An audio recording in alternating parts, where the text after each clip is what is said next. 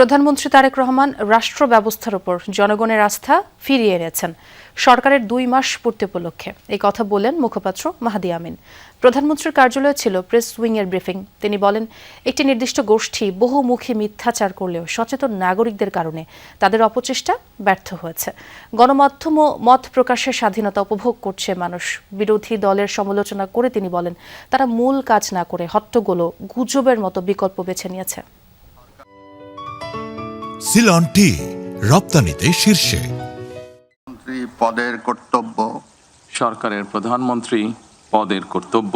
ত্রয়োদশ জাতীয় সংসদ নির্বাচনে জয়লাভের পর রাষ্ট্র পরিচালনার দায়িত্বে বিএনপি। সরকার গঠনের পর প্রধানমন্ত্রী তারেক রহমানের নেতৃত্বে নির্বাচনী প্রতিশ্রুতি বাস্তবায়ন করছে দলটি, যার মধ্যে অন্যতম ফ্যামিলি ও কৃষক কার্ড সহ খাল খনন কার্যক্রম।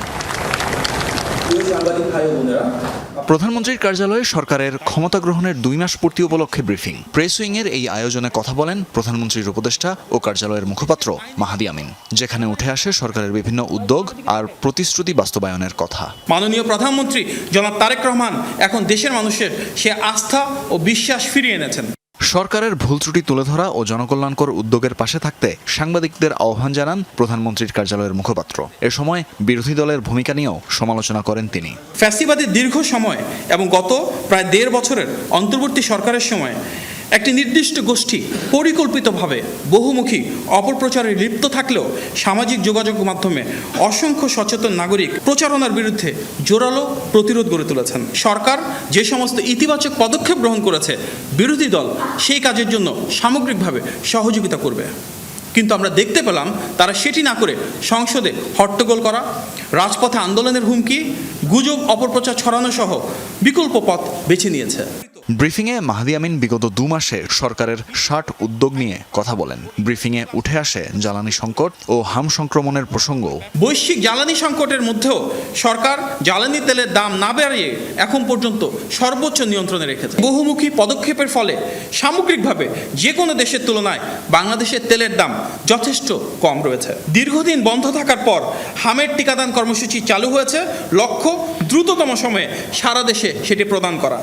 মাহাদি আমিন দাবি করেন, গণমাধ্যম ও মত প্রকাশের অবাধ স্বাধীনতা উপভোগ করছে সবাই। এর অপব্যবহার করে অনেকে প্রধানমন্ত্রীকে নিয়ে মিথ্যাচার করছে বলেও মন্তব্য করেন তিনি।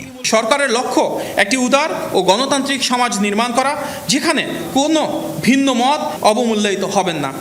মুক্ত ও নিরাপদ মত প্রকাশ, স্বাধীন গণমাধ্যম এবং বাধাহীন চিন্তার পরিবেশ নিশ্চিত করতে গত 2 মাসে এর কোনো ব্যত্যয় ঘটেনি। এমনকি মাননীয় প্রধানমন্ত্রীকে নিয়েও মিথ্যা অপপ্রচার ও অশালীন আচরণ করছেন অনেকেই, যা নজিরবিহীন। সবাই মুক্ত ও নিরাপদে মত প্রকাশ করছেন, এমনকি একটি চিহ্নিত গোষ্ঠী হীন রাজনৈতিক স্বার্থে এর অপব্যবহার করছে।